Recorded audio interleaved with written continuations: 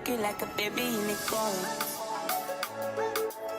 I put the water in the ocean in the city that I'm from. What's goody, guys? Welcome back to Why Now with Books with your girl Kay. It's been 2 months. It's been busy. It's been busy for me. I'm trying to roll out the videos. Y'all know how it is. But anyways, we jumping right into it. I know I've been missing the action for 2 months, but I'm bringing you guys a banger. 5 stars. I gave this book 5 stars. This is probably my 5-star read for the year so far. So I don't have a physical copy. I'm going to drop it somewhere in the video. So it's called Fast by Millie Belzair. I'm not going to drop any spoilers, really. I'm going to just give my little feedback. Y'all know how I do. I say that and then I drop some spoilers. But anyways, let's just jump right into it. I hope you guys are doing good. Appreciate the comments. Thank you for continued support. But I'm trying to get back into the groove of social media and posting. It's just, I don't know how to do that. I work long hours and then I'm always tired. So I'm going to try for you guys. Anyway, so Fast is a book that it's so many words to put into this book, but it's such a great read. If you read it, drop it in the comments. You may have seen my TikTok post about the book. If you have, then I gave a brief summary over there, right? So we meet Caprice. So Caprice is sent to live with her grandmother because her mother dies. Now, they were living in another state and she sent, what was it? Florida. She sent to Florida. I believe it was Florida. But she sent to live with her grandmother, and the grandmother has a son, which is her uncle, Marshall, right? So she's going to a whole new place and she doesn't even know these people, bro. The mother barely spoke to her mother and her brother. So it's like, it's a fresh new transition. The mother's dead. Like, it's just so much, you know? So she gets there. She gets to the new place. Mind you, she's with a white social worker who can't wait to leave. She meets the grandmother and then she meets her uncle the same day. So the grandmother's kind of a little welcoming. She's a little hard, a little strict, but, you know, she understands that Caprice is going through a transition. Versus the uncle, you know, off rip, the uncle was given alarming vibes, right? But as a young child, you're not thinking anything about it because you're innocent. So the uncle starts buying her stuff, you know, starts treating her right, taking her places, buying her candy, etc., etc. So one day, the uncle violates Caprice's body, right? Violates her body. Y'all know what I'm saying. Disclaimer, it does have sexual abuse, a lot of traumatic content. I'm putting that disclaimer right here. So, you know, if sexual abuse is triggering, you know, please click off my video. I don't want you guys to get triggered. Just letting you know. Anyways, so yeah, he violates her body. After Caprice is violated, right? You know, she changes. Like, her body language changes. The way she stops bathing. She barely eats. She's scared all the time. She's hesitant. She doesn't want to be around the uncle. She doesn't want to go in rooms where the uncle is. And on top of that, the grandmother found Caprice after the violation, right? Because during that time, like, to get through the violation, Caprice had to dissociate from her body. Meaning she is like, think of like an out-of-body experience if you don't know what dissociation means, right? So after that, you know, the grandmother didn't ask any questions. However, yeah, she'll ask questions like, oh, I see you not eating, I see you not bathing. But it's basically like how you don't know what's going under your own roof, right? So Caprice one day decides that she's going to tell what happened to the grandmother. She finally tells the grandmother what happened. And the grandmother's basically like just not oblivious, but it's like she don't care because that's her son. But then, you know, she started telling the son like, oh, you gotta leave my house, you're not about to touch her. Like, I'm thinking like, okay, grandmother is for the W, like she's for the win, like she's gonna protect Caprice, right? So to teach the grandmother wanted to teach her son Marshall a lesson. So she decides to call the cops on Marshall. Unbeknownst to her, she doesn't know that Marshall is selling drugs out of the home. So when she calls the cops to get Marshall out of the home, because she had gave him a time frame, they found drugs and he gets sent to prison. So all of a sudden, Caprice is now blamed. I can't talk today. Blamed for Marshall going to prison. So the grandmother stops feeding her, stops clothing her, stops treating her really, really bad, right? At the same time, Caprice is so young. She likes to read. She's very smart. She meets she goes to like after school. She will go to like this program in the library where she meets at the time like an intern, and then she meets a young boy who lives across the street named Sean. At the time, I said I'm not gonna spoil it, so I'm gonna just leave that part. So she meets Sean. Sean instantly like takes a liking to Caprice. At one point, Caprice was watching him play basketball because he was the shortest one on the court, but he has so much confidence. So she was intrigued by him, but didn't pay him any mind. She would just read her book, and he liked that she wasn't like the other girls. So, you know, he befriended Caprice. They started building a relationship, just off cool vibes. He's seen her cry. At one point there was an incident on the basketball court in which her cry made him cry. It was so intimate. Like, it was so, like, you felt the emotions in this book. I don't know if there's any way that I can explain it.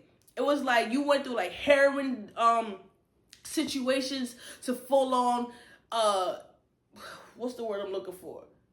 To full on like you love back to like this you got this negative visceral feelings. That it's so much emotion, so much feelings that went through this book, and I felt it, and it made me cry. Like, I cried for Caprice's character. I cry a lot for like characters who are sexually abused, or who are their mom died, etc., etc. But like this book really hit home.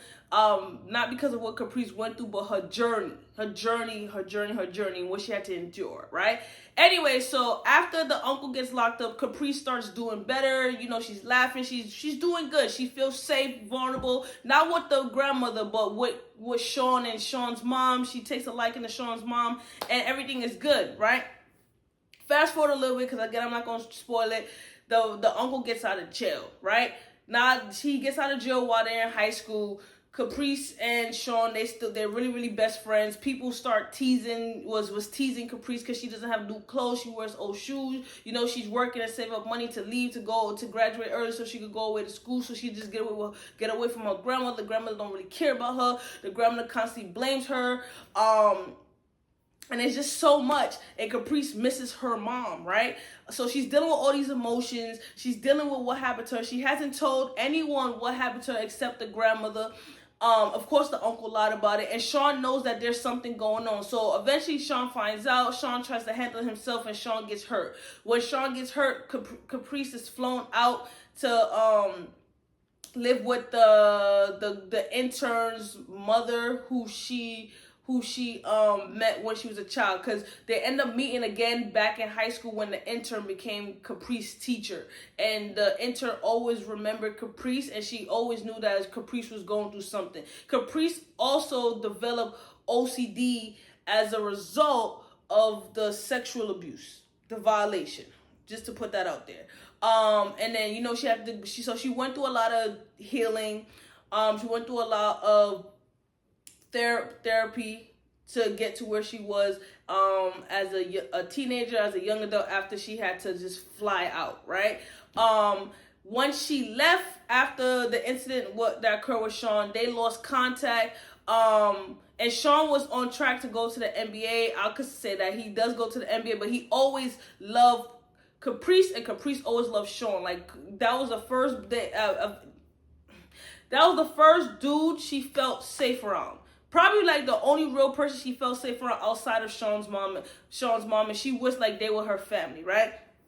So they in adulthood, they end up coming back together after it was found that Sean was getting engaged, but she didn't know Sean was getting engaged. It was a coincidence. Like, she has a best friend. The best friend does interior decorating. She was decorating for Sean's engagement. Sean popped up one day while she was decorating and saw Caprice there. So, you know, they start talking. There's a lot of emotions there. Like, Sean had every right to be mad. Caprice kind of ghosted him. Caprice is actually doing well. She's successful. I'm not going to say what she does, because what she does is actually what I think the book really lined up well. I think that was the best career choice for her, especially to coming towards the ending, right? But I like how the book flowed. I like how the characters were written. very in depth, even from a young age. Like, I think we read books where the characters, especially at like 6, 7, 8, 9 years old, they don't have so much depth to them, especially when they go through harrowing traumatic experiences. Versus Caprice's character, she went through these traumatic experiences, but for her age, it was more so like, how can I put it? Like, you felt the depth of how she was thinking, how she was feeling, how she was processing these emotions, right? And I think how the author portrayed it was very, very well written. I also think that how the author portrayed Sean's character, because these kids at those age are not in tune to others' emotional well-being, right? I think Sean had great emotional intelligence for his age, and he grew up to be very emotional and mature, right? Versus other kids his age. And I think that you don't see that. It happens. You have kids like that. You have kids that's very good at articulating how they feel and processing how they feel and being able to put that into words, as well as other people. However, I don't see it much. I don't know about you guys, but I don't see it much. So to see it written and portrayed on the pages, it was, like I said, very well written. I hated the grandmother's character. It's and you know what makes me mad is that when it comes to sexual abuse, it's always like, why can't nobody see what's going on in their own family? They quick to see something else and be in other people and other family members' business, but you can't see that the uncle or the brother or whatever is raping your niece, raping your grandmother, or doing all this. You can't say that, or you do recognize it and you turn a blind eye. You try to save them. No, lock their ass up. Why are you trying to save them? It don't make no sense. But yet, people want to wonder why kids go through life having trust issues and can't be vulnerable and can't appreciate themselves and have self-worth. Don't have any confidence in themselves. Have body image issues. A number of things, for the simple fact that somebody took their innocence or did something to them at a young age and they didn't know how to say no, they didn't know how to stop it, they didn't know what was going on. The person that's supposed to protect them is the one that's hurting them. Is the physical hurt, for sure, is bad enough, but that mental and emotional pain, that is a scar. Your body will physically heal, but your mental and emotional, if you don't get the right help at the right time, will mess you up young adulthood, and hurt people. We all know hurt people, and it's like, why put those kids through something that they should never have to go through? Why I still don't understand. Like, why is it that grown men could look at a kid, a child, and say, "Oh yeah, I need that"? Like, come on. But anyways, we get off topic. Well, we're not off topic, but it's just, it don't make no sense. You, like a grown man looking at an 8-year-old and saying, "I need that." You telling me that you can't get nobody your age? Well, that's another conversation for another day, because we all know that. Dirty men, dirty females, because it's not only the men who do it, it's the women too. It's just that men get talked about more than the women, in my opinion, but the women are doing just the same thing, grooming these young boys and having sex with them, teenage boys. But yes, back to the book, right? So I like that Caprice was a fighter as well. She like, her spirit, even when she wanted it to die, her spirit would not allow her to give up. And Sean also played a role in that too. And the way Sean was willing to fight for Caprice, of course, the way he went about it was very immature. Again, I'm not going to spoil it. But in that moment, he just knew that if it wasn't him protecting Caprice, nobody would, right? I like that, you know, she didn't have a sad ending. She had a very joyous ending. Even though her adulthood was full of emotional roller coaster, of void, resentment. I feel like the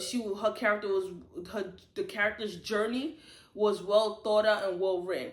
And I also like the part where quite frankly, Caprice came into to terms that she didn't need the closure she thought she needed from her grandmother to solidify her the pain that she went through.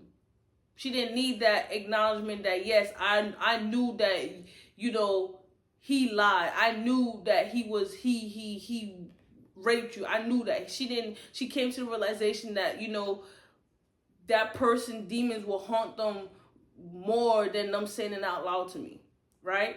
Because a lot of times we think we need closure, and then when we come to face with some type of level of closure that we think can be seen as level of closure, it doesn't help, right? And some people cannot take accountability. Some people will always justify their actions because the truth hurts. And also knowing that if you justify your actions, you have to see your character, right? You have to see who you are. And people don't like to see themselves, right? Because then you have to admit your wrongdoings. You have to admit that you allowed something to happen, especially when it comes to sexual abuse, and you did nothing to stop it because that was your baby boy. How you look, you just as bad as the person who committed the crime, committed the act, right? You are accomplice. I just love this book so much. I love this book so much. I love Caprice and Sean together. I think everybody deserves a love like someone who's gonna love them like Sean loved Caprice. He loved her undeniably. 4 years. Even when he was engaged, there was no woman that could take Caprice's place. He even named a boat that he was about to get engaged on after Caprice. Come on, be for real. But I also think in those instances, like, it's bad for the woman who comes after somebody who you love so much like that, because you'll never be able to fully give your heart to that person. And if you agree with me, let me know. If you disagree, let me know. But if you read this book, drop it in the comments. If you agree that if a family member or friend keeps quiet about an act that was committed against a child or anybody of the family, just to save face or to make it seem like this could go on in the family, drop it in the comments. I'm getting to you guys' books. Again, I work long hours, so I'm not able to read as much. I'm trying, guys. I'm trying. But until next time, I don't know what the next book review is yet. I'm gonna try once I get like some level of free time to just make another video so I could drop it back to back. But I really, really appreciate you guys holding it down. Your girl is out.